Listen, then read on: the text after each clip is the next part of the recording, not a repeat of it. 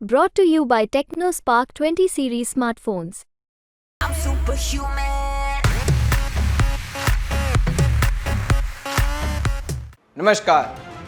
ગુજરાતની અંદર લોકસભા 2024ની ચૂંટણીને લઈને તડામાર તૈયારીઓ વિવિધ પાર્ટીઓ પોતપોતાની રીતના કરી રહી છે અને અમુક નામો પણ જાહેર કરી દેવામાં આવ્યા છે. જાહેર થયેલા ઉમેદવારો પોતપોતાની રીતના પ્રચાર કરી રહ્યા છે. તેની વચ્ચે ગુજરાત તકના સ્પેશિયલ 26માં અમે તમને એક એવા રિપોર્ટ, એવા સમાચાર વિશે વાકેફ કરાવવાના છીએ કે જેને સાંભળી અને ભાજપમાં પણ હડકંપ મચી ગયો હતો. શું છે તે સમાચાર, આવો જાણીએ. નમસ્કાર, ગુજરાત તક સાથે હું છું કશ્યપ. વડોદરાના સાવલી બેઠકના ધારાસભ્ય એવા કેતન ઇનામદારનું રાજીનામું સામે આવે છે, જેને જોઈ અને ભાજપમાં એક ચકચાર મચી જાય છે.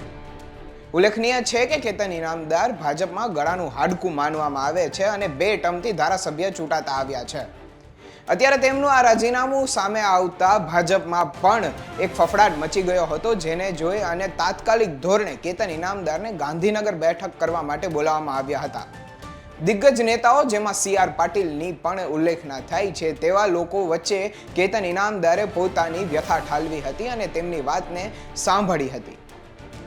જે બાદ અત્યારે સમાચાર એવા પણ સામે આવ્યા છે કે કેતન ઇનામદારે પોતાનું રાજીનામું પરત ખેંચી લીધું છે.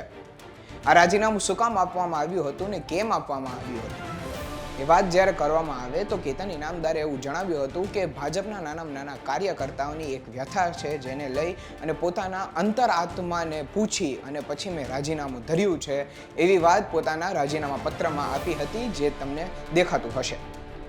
આ રાજીનામું આપ્યા બાદ તેમને ગાંધીનગર બોલાવવામાં આવે છે. શીર્ષ નેતૃત્વની સાથે બેઠક કરવામાં આવે છે, જેની અંદર કેતન ઇનામદારે પોતાના મુદ્દાઓ મૂક્યા હતા, જેમાં નાના કાર્યકર્તાની વાત સાંભળે તેવો પણ એક મુદ્દો હતો.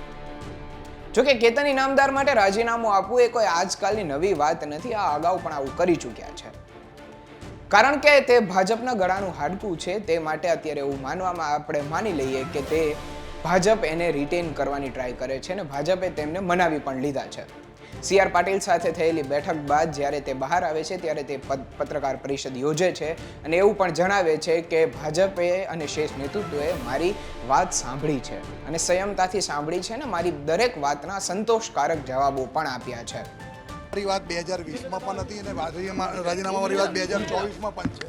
મેં મારા અંતરાત્માના અવાજની વાત કરી અને મેં મારી બધી જ અંતરાત્માનો અવાજ મારા પ્રદેશ અધ્યક્ષશ્રી, મારા સંગઠન મહામંત્રીશ્રી અને મારા પ્રભારી મંત્રીશ્રી સાથે વાત કરી છે અને એમને બહુ પોઝિટિવલી લઈ અને આના માટે તાત્કાલિક નિરાકરણ લાવવાની વાત છે.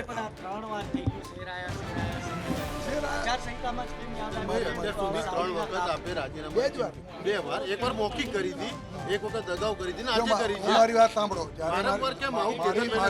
જો મારી વાત જ્યારે મારી વાત મૂકવાની રીત કદાચ ખોટી હોઈ શકે, પણ મારી વાત જ્યારે હું પ્રદેશ સંગઠન તથા સરકારમાં જાય છે ત્યારે પોઝિટિવલી લઈને એનું નિરાકરણ આવે છે, એટલે મને સંતોષ. આ સ્ટન્ટ નથી. રાજીનામું આપવું ડાયરેક્ટ પ્રદેશ અધ્યક્ષને રાજીનામું, પ્રદેશ વિધાનસભાના અધ્યક્ષને રાજીનામું આપવું, એને જો મારા મીડિયાના મિત્રો સ્ટન્ટ કરતા હોય તો એ બહુ ખોટી વાત છે. એક ધારાસભ્ય તરીકે રાજીનામું આપવાની વાત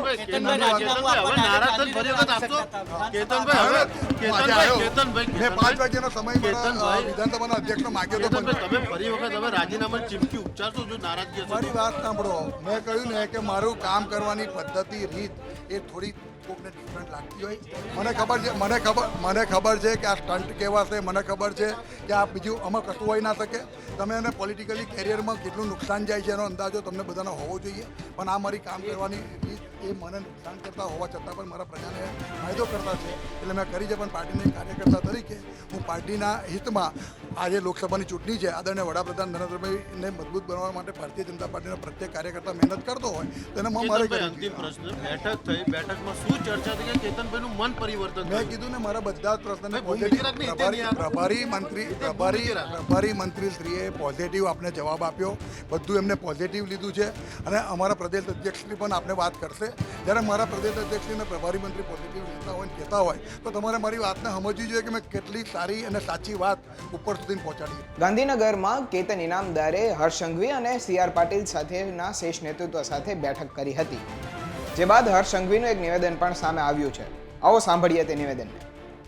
આદરણીય ધારાસભ્ય શ્રી કેતનભાઈ ઇનામદાર દ્વારા સાવલી વિસ્તારના નગરજનોના હિતમાં આજે ભારતીય જનતા પાર્ટીના પ્રદેશ અધ્યક્ષ શ્રી CR પાટીલજી જોડે અને સંગઠન મંત્રી શ્રી રત્નાકરજી સાથે બી ટેલિફોનિક ચર્ચા બાદ મુખ્યમંત્રી શ્રી અને તમામ આગેવાનો જોડે ચર્ચા થયા મુજબ વિસ્તારના નાગરિકોને લઈને અને નાના મોટા જે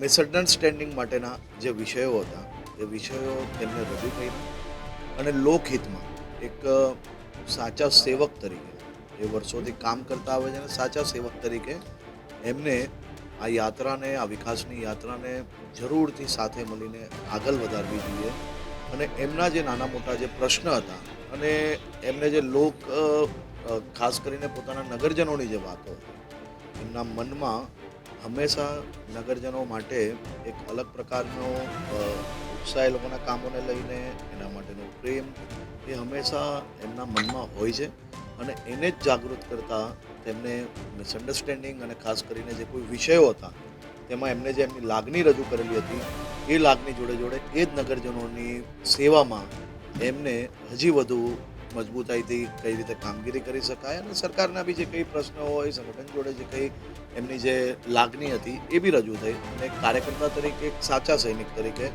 એમને આદરણીય અધ્યક્ષશ્રીની વાતને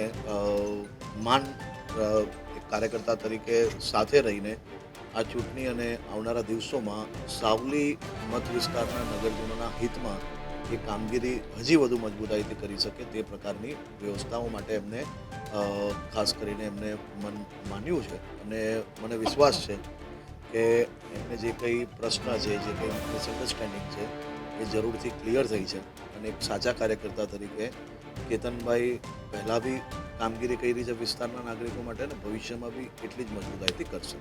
ખેર, જ્યારે કેતન ઇનામદારે પત્રકાર પરિષદ યોજી હતી ત્યારે તેમણે કહ્યું હતું કે મીડિયા અને સ્ટન્ટ ના કે આ અમારી કામ કરવાની પદ્ધતિ છે જેને તમે ખોટી રીતના ના લેશો.